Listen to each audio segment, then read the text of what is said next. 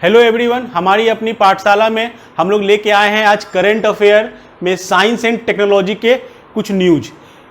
जैसा कि आप सभी जान रहे हो कि अब रिजल्ट भी आ गया है 64th बीपीएससी मेंस का, तो इसका इंटरव्यू होने वाला है। 65th का आपका मेंस होने वाला है। तो करंट अफेयर एक ऐसा सेक्शन है जिससे आपको हर एक एग्जाम में, चाहे आप पीटी दो, चाहे आप मेंस दो या आप इंटरव्यू दो, आपको हर जगह इसकी जरूरत पड़ेगी। क्यों जरूरत पड़ती है? एक्चुअल कहानी यह होता है कि करंट न्यूज इंपॉर्टेंट नहीं होते हैं, न्यूज से रिलेटेड टर्म्स। जैसे कि मान लो कि आपको कोई न्यूज दे रहा है तो उससे रिलेटेड वो किस सेक्शन का न्यूज है, वो कहां का न्यूज है, उससे क्या क्या चीज जुड़े हुए हैं, ये आपसे चेक किया जाता है कि आपको ये पता है कि नहीं पता है। मींस क्या हुआ कि न्यूज को आप कितने अच्छे तरीके से एनालिसिस करते हो, कितने बढ़िया तरीके से आप उसको क्रिटिसाइज करते हो, तो आपको उस न्यूज से बहुत सारे एरिया मिलते हैं जहां पे आपको उस न्यूज को रिलेट करना होता है। अगर आप रिलेट करना सीख गए हो तो आप बहुत अच्छे से न्यूज पढ़ना सीख गए हो। तो याद रखो कि करंट अफेयर एक ऐसा सेक्शन है, आपको वो पीटी में भी उतने ही काम देता है जैसे जी आपके बीपीएससी के मेंस में आपके जीएस के पेपर में करंट अफेयर बकायदा एक सेक्शन ही है। वैसे ही इंटरव्यू में, चूंकि इंटरव्यू वाले स्टूडेंट्स के लिए ये जरूर करना चाहेंगे कि देखो आप बहुत पढ़े हो, क्योंकि आप 2 एग्जाम ऑलरेडी पास कर चुके हो, आप पीटी भी क्वालिफाई किए, आप मेंस भी क्वालिफाई किए, तो आपके पास नॉलेज है, इस पे तो कोई डाउट नहीं है। ना हमें कोई डाउट है, ना बीपीएससी लेने वाले, इंटरव्यू लेने वालों को कोई डाउट होगा कि आपके पास नॉलेज की कोई कमी है। आपके पास नॉलेज है तब तो आप पीटी भी क्वालिफाई किए हो, मेंस भी क्वालिफाई किए हो। वो सिर्फ चेक करना चाहते हैं आप में कि आप जो पढ़ते हो या आप कुछ चीजों को जो आप देखते हो, आप उसे किस प्रकार से लेते हो। जैसा कि मान लो कि न्यूज आ रहा है अभी, जैसे अभी कोविड का न्यूज आ रहा है, तो कोविड के न्यूज से आपके क्वेश्चंस बनेंगे। क्यों बनेंगे? इसलिए नहीं बनेंगे कि वो कोविड के बारे में आपसे जानना चाहते हैं, वो जानना चाहते हैं कि अगर मान लो इस तरह की एक पेंडेमिक स्थिति उत्पन्न हो गई तो आप इसे किस प्रकार से अपने से इसे हैंडल करोगे। तो ये आपके अंदर के टैलेंट को बाहर निकालने की एक कोशिश होती है। तो ध्यान देना कि करंट अफेयर जब भी पढ़ो तो आपको उसको रिलेट करना आता हो। जैसे कि हम पहला न्यूज ले रहे हैं करंट अफेयर में, तो 3 न्यूज हमने लिया है करंट अफेयर का भी, साइंस एंड टेक्नोलॉजी का 3 न्यूज।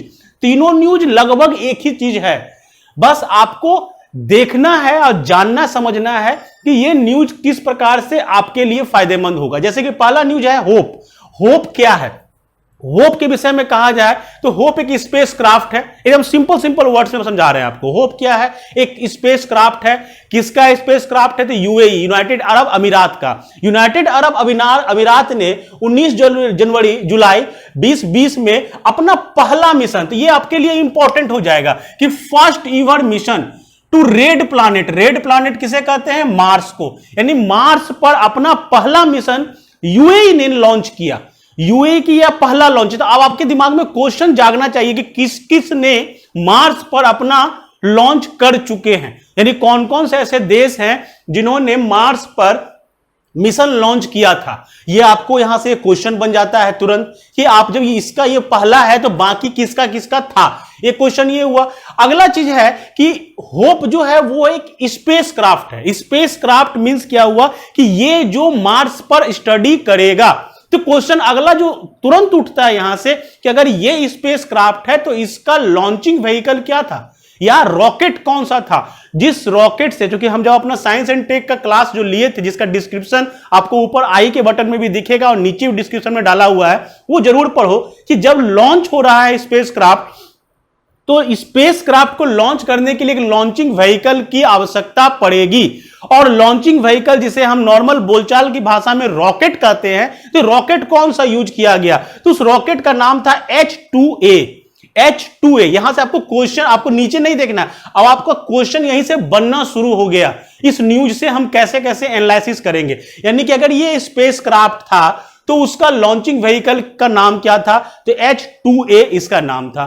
तीसरा क्वेश्चन बनेगा कि अगर लॉन्च हुआ है तो लॉन्चिंग के लिए जो स्पेस सेंटर यूज किए गए उसका नाम क्या था? तो उसका नाम था मोहम्मद बिन राशिद स्पेस सेंटर।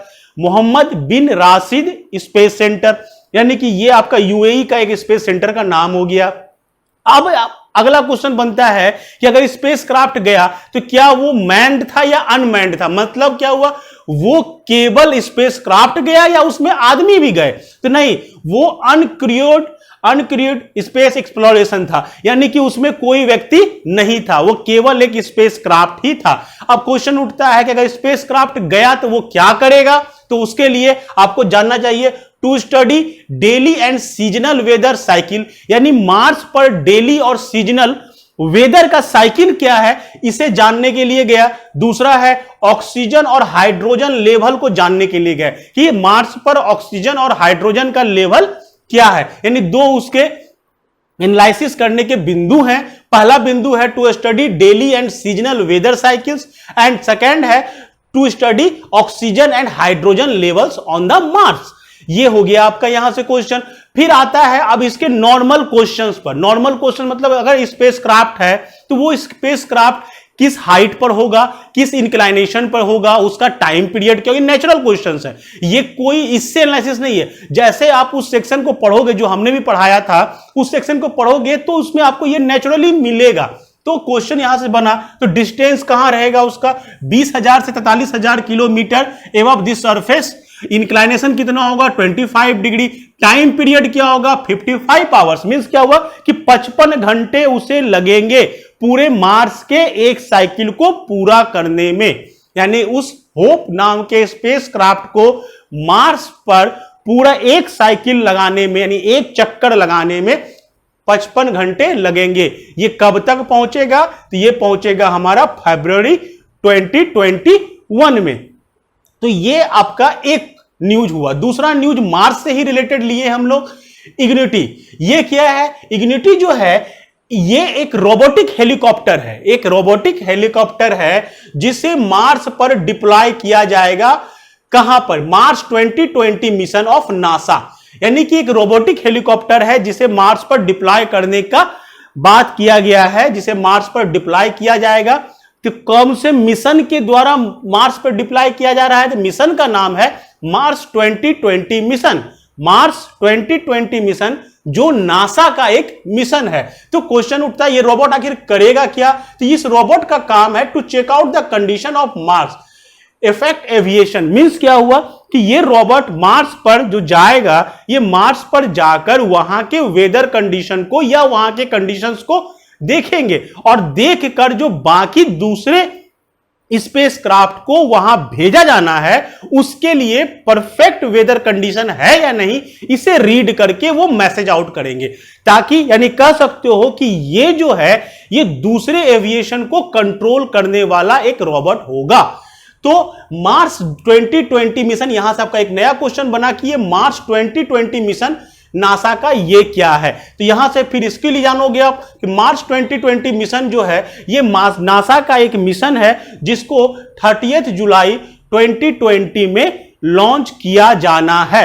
यानी मार्च 2020 मिशन आपका यहां पे क्वेश्चन बनते हैं कि मार्च 2020 मिशन किसका है। तो ये आपका नासा का मिशन है। क्या करेगा ये मिशन, इस मिशन के अंदर हम लोग क्या जानना चाहते हैं, तो हैबिटेबल कंडीशंस मार्स का, मार्स पर रहने योग्य कंडीशन है या नहीं, वहां पे बायो सिग्नेचर मींस क्या हुआ, वहां पर बायोलॉजिकल कुछ दिखता है या नहीं दिखता है, कोई वहां पे जीव जंतु पाए जाते हैं कि नहीं जाते हैं, ये सारे रिसर्च को या इस सारे चीजों को मार्च 2020 मिशन के द्वारा खोजा जाना है। अब ये क्या है, this is the part of Mars exploration program of NASA. फिर एक नया प्रोग्राम का नाम आया कि नासा का मार्स एक्सप्लोरेशन प्रोग्राम है, एक नासा का जिसके अंतर्गत मिशन मार्च 2020 मिशन को लॉन्च किया गया है। मतलब आपको नया प्रोग्राम फिर से पढ़ना, क्या पढ़ना पड़ेगा, मार्स एक्सप्लोरेशन प्रोग्राम क्या है। मार्स एक्सप्लोरेशन प्रोग्राम जो है वो एक लॉन्ग टर्म प्रोग्राम था नासा का, या कह लो कि नासा उसमें अपना फंड दे रहा था। ये लॉन्ग टर्म प्रोग्राम है जिसे स्टार्ट किया गया था 1983 में। यानी अब आपका ये न्यूज जो है वो इस तरीके से बनता है कि इनग्यूटी जो है एक रोबोट है, इस रोबोट को स्पेसक्राफ्ट के माध्यम से हम मार्स पर भेज रहे हैं। मार्स पर भेजेंगे, क्यों भेजेंगे, इसलिए भेज रहे हैं कि ये रोबोट हमें बताएगा कि वहां के वेदर कंडीशन कैसे हैं, जिससे कि दूसरे एविएशन को यानी दूसरे फ्लाइट को यानी दूसरे स्पेसक्राफ्ट को वहां जब पहुंचना हो तो उसे परफेक्ट वेदर कंडीशन मिले। तो इस रोबोट को किस मिशन के द्वारा भेजा गया? तो मिशन का नाम था मार्स 2020 मिशन। जो मिशन किसका पार्ट है? तो मार्स एक्सप्लोरेशन प्रोग्राम का एक पार्ट है। मार्स एक्सप्लोरेशन प्रोग्राम का एक पार्ट है जिसे नासा ने 1983 में स्टार्ट किया था। यानी ये लॉन्ग टर्म एक प्रोग्राम चल रहा है जिसमें आपको करंट में ये न्यूज आपके करंट अफेयर में आए। तो अभी दो न्यूज आया हमारा मार्स से। तो अब आते हैं हम लोग इंडिया पर कि इंडिया के द्वारा क्या हो रहा है। इंडिया के द्वारा गगनयान मिशन लॉन्च किया जाना है। ये हम लोग जान रहे हैं कि इन फ्यूचर यानी 2021 में ये भारत का इसरो के द्वारा इस आपका एक बहुत ही महत्वाकांक्षी मिशन है गगनयान मिशन। गगनयान मिशन में क्या करना है कि गगनयान मिशन जो है वो भारत का ह्यूमन स्पेस फ्लाइट प्रोग्राम का एक पार्ट है। ह्यूमन स्पेस फ्लाइट प्रोग्राम मतलब क्या हुआ कि दोनों प्रोग्राम में हम लोग देखा कि इसमें किसी ह्यूमन को नहीं भेजा जा रहा है, जबकि अब की जो है गगनयान में हम लोग ह्यूमन को भेजने की तैयारी कर रहे हैं, जिसके विषय में हमने बताया भी था कि यहां पे आपका RLV यूज होगा यानी कि रीयूजेबल लॉन्चिंग व्हीकल यूज होगा। तो अब इसमें न्यूज क्या है हमारा आज के डेट में? आज के डेट में न्यूज ये था कि ISRO has identified 17 technologies at lower cost from Indian startups to use in mission. Means क्या है कि इसरो ने 17 अलग अलग टेक्नोलॉजी को चांस दिया है। जो एक स्टार्टअप है उस 17 को चांस दिया है कि उसकी टेक्नोलॉजी को हम गगनयान में यूज करेंगे, जो हमें सस्ते दर पर, चूंकि हम भारत में ही निर्मित, भारत में ही बने हुए टेक्नोलॉजी को यूज करने जा रहे हैं, तो ये हमारे लिए थोड़ा सा कम खर्च पर संभव हो सकेगा। तो कौन कौन सी टेक्नोलॉजी यूज की गई है? तो food and medicine for astronauts, जो एस्ट्रोनॉट्स जाएंगे, जो अंतरिक्ष यात्री जाएंगे उसके लिए food and medicine, life support system, inflatable habitats, thermal protection technology, anti radiation technology, इन सारे टेक्नोलॉजी को लिया जा रहा है भारत के स्टार्टअप्स के द्वारा। तो इंपॉर्टेंट ये है, बट इससे अब आपका न्यूज से आपको तुरंत आपके दिमाग में आना चाहिए कि गगनयान मिशन फिर से मेरा लाइट में आया। तो लाइट में आया तो आपको गगनयान के विषय में छोटी छोटी और मोटी मोटी बातें जाननी चाहिए। जैसे गगनयान क्या है? इंडियन क्रूड ऑर्बिटल स्पेसक्राफ्ट है, यानी कि अब भारत के द्वारा हम ह्यूमन को मार्स पर भेजने की तैयारी कर रहे हैं। दूसरा, इसका मिशन का नाम क्या है? Indian human space flight program, यानी इस प्रोग्राम का नाम क्या है? Indian human space flight program. Launching vehicle हमारे क्या होंगे? जैसा हमने बताया था स्टार्टिंग में ही कि जब स्पेस क्राफ्ट गया तो उसको ले जाने वाला लॉन्चिंग व्हीकल जरूर जानना चाहिए आपको। तो लॉन्चिंग व्हीकल कौन सा होगा हमारा? जो अभी तक का सबसे पावरफुल लॉन्चिंग व्हीकल है GSLV Mark 3, जिसे हम लोग दिसंबर 2021 में लॉन्च करने का प्लान कर रहे हैं। इसी में अगला न्यूज जो है वो है व्योम मित्रा। ये लास्ट मतलब जनवरी के समय से ये न्यूज चल रहा है। व्योम मित्रा क्या है? व्योम मित्रा, व्योम मींस अंतरिक्ष, मित्र मतलब फ्रेंड। ये नाम रखा गया है हमारे संस्कृत के शब्द से व्योम मित्रा। मतलब क्या हुआ कि हमारा अंतरिक्ष का दोस्त व्योम मित्रा। ये रोबोट है जो फीमेल लुकिंग है, ये इंपॉर्टेंट है, फीमेल लुकिंग ह्यूमनाइड रोबोट है। मानव की तरह ही दिखने वाला, लड़की महिला मानव की तरह दिखने वाला एक रोबोट है व्योम मित्रा। इस रोबोट को हमें पहले अनक्रूड स्पेसक्राफ्ट, 2 स्पेसक्राफ्ट हम लोग भेजेंगे, जिसमें व्योम मित्रा नाम के रोबोट को डाल के हम लोग वहां भेजेंगे। ये जाकर वहां के कंडीशंस को चेकआउट करेगी और चेकआउट करके ये अपने सिग्नल्स को या अपने मैसेजेस को इसरो को भेजेगी, जिसके बाद इसरो, चूंकि इंसान को भेज रहे हैं तो रिस्क है, तो रिस्क लेने से पहले इस पे एक और भी बात है। जिस प्रकार से भारत में बोला गया कि हम व्योम मित्रा रोबोट को भेज रहे हैं, भारत ने डिसाइड किया या इसरो ने डिसाइड किया कि हम किसी जानवर को नहीं भेजेंगे। जिस प्रकार अदर देश ने जानवरों पर पहले ये एक्सपेरिमेंट किया था। जैसे आप जानते थे लाइका नाम की एक कुतिया थी जिसे अंतरिक्ष में भेजा गया था सबसे पहले। तो जानवरों को ना भेजकर ये रोबोट को भारत ने भेजने का डिसाइड किया कि नहीं, हम जानवर को नहीं भेजेंगे, हम रोबोट को भेजेंगे। और जो रोबोट पूरे सेंसर के साथ रहेगी और ह्यूमन के लायक वहां पर जो एटमॉस्फेयर होगा वो उसको चेकआउट करेगी पूरी तरह से। तो व्योममित्रा एक रोबोट है जिसे गगनयान के एक्चुअल मिशन के पहले 2 अनक्रूड मिशन हम लोग करेंगे, जैसे एक तो हमारा अभी होने वाला था जून जुलाई में, जिसे कोविड-19 के कारण डिले कर दिया गया। दूसरा हमारा दिसंबर में होने वाला है, जिसे अभी डिले नहीं किया गया, वो होना अभी तक तय है। तो पहले अनक्रूड हम लोग भेजेंगे, यानी विदाउट मैन अनमैन्ड हम लोग स्पेस क्राफ्ट भेजेंगे, और उसी में व्योममित्रा को भी एक्सपेक्ट किया जा रहा है कि भेजा जाएगा। अब है कि व्योममित्रा अगर भारत के द्वारा डेवलप्ड एक रोबोट है, तो आपको 2-3 रोबोट का नाम और जानना चाहिए, जैसे कि किरोबो, ये जापान का एक रोबोट था जिसका यूज किया गया। वैसे ही फेडर रशियन रोबोट था जिसका यूज किया गया। तो इस प्रकार से आपको पता करना होगा कि गगनयान मिशन अगर लाइट में आया है तो गगनयान के बारे में भी आपको थोड़ी थोड़ी बातें जानते रहना चाहिए। नेक्स्ट देखते हैं हम लोग अगले न्यूज को। नेक्स्ट न्यूज जो है हम लोग का वो है साइंस में अनन्या नाम से आपको एक स्प्रे बनाया गया है, अनन्या नाम का, जो कोविड-19 के इफेक्ट को कम करने के लिए यूज किया जा रहा है। ये नैनो टेक्नोलॉजी बेस्ड है, नैनो टेक्नोलॉजी बेस्ड ये disinfect spray to fight against कोविड-19। तो ये जो स्प्रे है ये बनाया गया है कि आपके कोविड-19 जो आपकी महामारी चल रही है उसके अगेंस्ट में, कि इस स्प्रे से आप जैसे मान लो आप लिफ्ट में जा रहे हो, मान लो आपके कपड़े पर है या आप कोई चीज़ यूज कर रहे हो, आयरन, स्टील, आपके फैब्रिक, इन सभी पर ये काम करती है अनन्या नाम के इस स्प्रे, जिसको बनाया गया है डायट पुणे के द्वारा।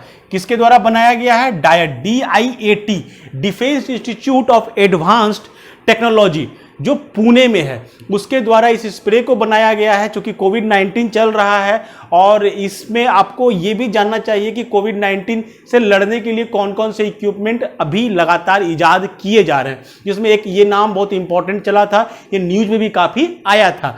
तो आपको पता रहना चाहिए अनन्या क्या है। अनन्या एक स्प्रे का नाम है जिससे आप कोविड-19 पर आप अगेंस्ट कोविड-19 यूज कर सकते हो। किसके द्वारा बनाया गया? तो डायट पुणे के द्वारा, defence institute of advance technology Pune.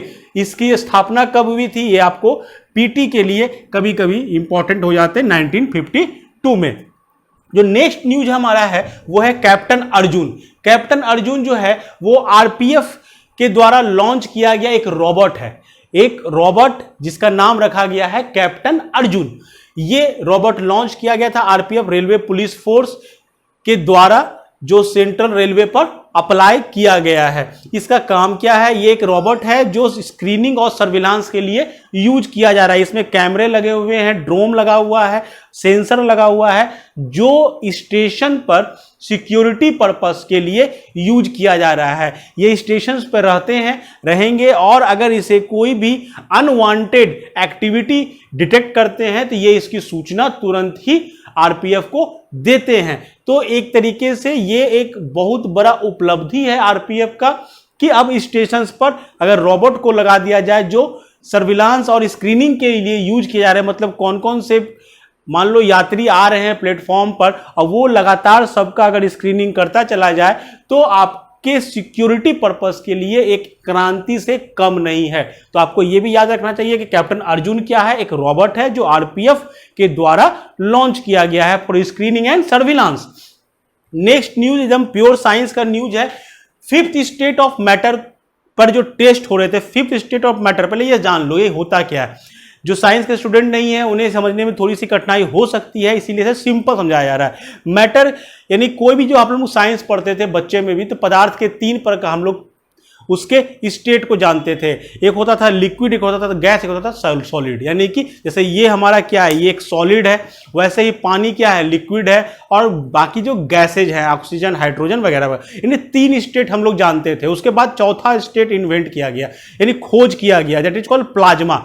4th state is called plasma. यानी 3 स्टेट हम लोग के पास जो नॉर्मल नॉलेज में है वो सॉलिड, लिक्विड एंड गैस। अब 4th state that is called plasma, यहां तक डिस्कवर किया जा चुका था। उसके बाद 5th स्टेट पर खोज चल रही थी, जो आज से कम मान के चलो कि 1 सदी पहले, जब बोस, आपके सत्येंद्र एस एन बोस और आइंस्टीन के द्वारा एक एक्सपेरिमेंट चला था कि नहीं फिफ्थ स्टेट ऑफ मैटर भी होता है, यानी कि सॉलिड लिक्विड गैस प्लाज्मा के बाद भी एक स्टेट होता है जिसपे मैटर मिलेंगे हमें, और उसको कहा गया था BEC, Bose Einstein condense state.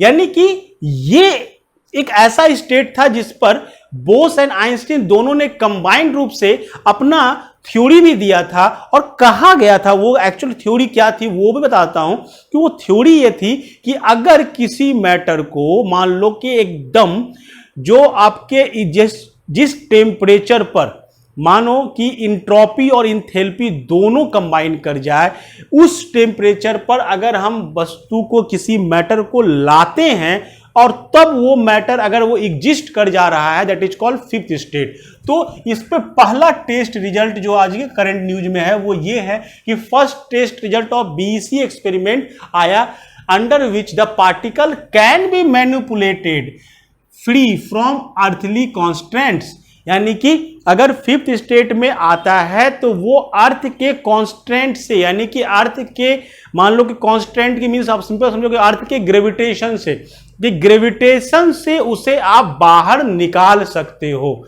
यानी कि कोई अगर कोई मैटर, वो मैटर जो फिफ्थ स्टेट मैटर कहला रहा है, वो कहा जा रहा है कि वो मैटर एक ऐसा मैटर होगा जो अर्थ के कांस्टेंट से मैनिपुलेट किया जा सकता है। मींस ऐसे सिंपल लैंग्वेज समझो कि ग्रेविटेशन से वो फ्री हो सकता है, एक फिफ्थ स्टेट मैटर। तो अभी के लिए इस पर ज्यादा अभी रिसर्च चल ही रहा है हमारा, लेकिन जो मेन पॉइंट है वो है कि अभी का जो करंट न्यूज है वो फिफ्थ स्टेट मैटर का जो एक्सपेरिमेंट था उसके रिजल्ट्स आने शुरू हो गए, जिसे बोस एंड आइंस्टीन के द्वारा कंबाइनली दिया गया था।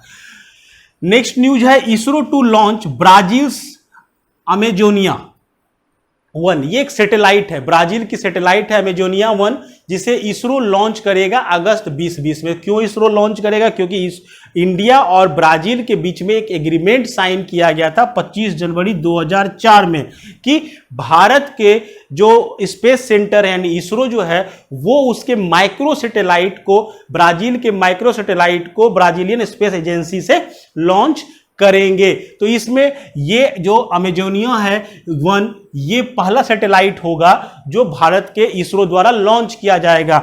इस सैटेलाइट के विषय में जान लो कि ये फर्स्ट अर्थ ऑब्जर्वेशन सैटेलाइट है। जान करो, जब हम अपना पढ़ाए थे सैटेलाइट एंड लॉन्चिंग व्हीकल, उसमें हमने बताया था कि आपके पास 3 तरह के आपके ऑर्बिट होते हैं। एक एलईओ होता है, लो अर्थ ऑर्बिट, फिर एमईओ होता है, मिडिल अर्थ ऑर्बिट, और फिर होता है जियो। तो मिडिल अर्थ ऑर्बिट पर जो सैटेलाइट जाते हैं वो उनका एक्चुअल काम यही होता है कि वो अर्थ ऑब्जर्विंग होते हैं, यानी कि वो अर्थ को ऑब्जर्व करते हैं। उस ऐसे एंगल पे डाला जाता है कि वो पूरे अर्थ को, मैक्सिमम पार्ट को ऑब्जर्व करे। डिटेल आप वहां पे देख सकते हो। तो ये अर्थ ऑब्जर्वेशन सैटेलाइट है, यानी कि सैटेलाइट का जो प्रकार है वो है अर्थ ऑब्जर्वेशन, यानी ये अर्थ को ऑब्जर्व करेंगे। तो ये थे हमारे साइंस एंड टेक्नोलॉजी के कुछ न्यूज। ऐसे ही और भी न्यूज हम लोग आपको देते रहेंगे, हमारे साथ बने रहें। और जिन स्टूडेंट्स को मेंस की तैयारी करनी है वो लगातार क्वेश्चंस को लिखने की प्रैक्टिस करते रहें। ध्यान से समझना कि बीपीएससी के मेंस में क्वेश्चन का पैटर्न थोड़ा सा चेंज हुआ है। क्वेश्चंस के नंबर नहीं बढ़ाए गए, बट उसमें सब सेक्शंस काफी हद तक बढ़ा दिए गए हैं। तो बेटर होगा कि आप अपने नॉलेज को थोड़ा बड़ा करो, क्योंकि मान लो कि गगनयान ही क्वेश्चन में आया, बट गगनयान से ये क्वेश्चन कभी नहीं आया कि गगनयान क्या होता है, या मान लो आ भी गया तो गगनयान के क्वेश्चन नंबर 1 में रहेगा गगनयान मिशन को आप उसके विवरण को लिखें, फिर बी में रहेगा व्योमित्रा क्या है, सी में रहेगा, डी में रहेगा, ई में। इसलिए आपको अपने नॉलेज को बढ़ाना है। आप मैक्सिमम पढ़ने की कोशिश करो और उसे लिखने, अपने भाषा में लिखने की कोशिश करो। जैसा कि आप किताब की भाषा या किसी चीज में मत लिखो, आप उसको पहले समझो खुद की भाषा में, और जब आप खुद समझ जाओगे तो उसे अपने से लिखने की प्रैक्टिस करो। अच्छा लिखना मतलब यही होता है कि आप कितना समझें और उस चीज को आप कॉपी पे कितना बढ़िया से दिखा सकते हैं, दैट इज कॉल्ड मेंस। तो आपको मेंस में इन अपने टैलेंट को दिखाना है। और सभी बच्चों के लिए मेरे लिए तरफ से ऑल द बेस्ट। आप लोग अच्छे से तैयारी करो, आपका एग्जाम का डेट जल्दी घोषित भी होगा। तो हमारे साथ बने रहो। यह है हमारी अपनी पाठशाला। अगर चैनल सब्सक्राइब नहीं किए हो तो प्लीज़ सब्सक्राइब करें, लाइक करें, शेयर करें। और अगर आपको किसी न्यूज या किसी टॉपिक पर कोई मदद चाहिए हमारी, तो आप कमेंट बॉक्स में भी उसे लिख सकते हैं। हम लोग कोशिश करेंगे कि आपके उस डिमांड को हम लोग पूरी करें। Thank you.